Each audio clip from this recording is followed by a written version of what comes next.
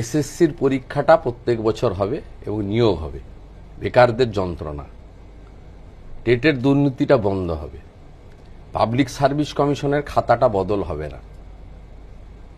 আমার সঙ্গে ডিল হয়েছে, বাংলার গর্ব বলা হবে স্বামী বিবেকানন্দকে, নেতাজি সুভাষচন্দ্র বসুকে, বিদ্যাসাগরকে, বিশ্বকবি রবীন্দ্রনাথ ঠাকুরকে। আমার সঙ্গে ডিল হয়েছে যুবভারতী ক্রীড়াঙ্গনে জ্যোতিবাবুর হারিয়ে যাওয়া ফলকটা আবার বসানো হবে।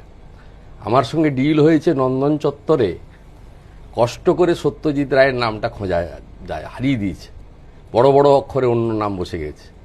এই ব্যবস্থাপনার পরিবর্তন হবে। এই যে গঙ্গাসাগর মেলা দেখুন না, যেতে যেতে অনুপ্রাণিত, আস্তে আস্তে অনুপ্রাণিত, কপিল মুনি নেই, আউট হয়ে গেছে। এই কালচার থেকে বাংলাকে বের করতে হবে। বেশ, কিন্তু এই কালচার থেকে বাংলাকে বের করার যে লড়াই, আপনি তো মানবেন সেটায় প্রচুর ঝুঁকি আছে। মানে এই দল বদলের পর কোনো আক্রমণ, শুধু টেলিভিশনে পর্দার সামনে আমরা যা দেখি কটাক্ষ ইত্যাদির কথা বলছি না, কিন্তু বিজেপি নেতারা বলেন যে মামলায় মামলায় তাদের নাকি জেরবার করে দেয়া হয়েছে, এত কেস দেয়া হয়। আপনি নতুন করে কটা কেস পেলেন? কাছাকাছি অর্জুন সিং, আর মুকুলদারও 50-এর কাছাকাছি। আমার তো সুযোগ পাইনি এখনো পর্যন্ত।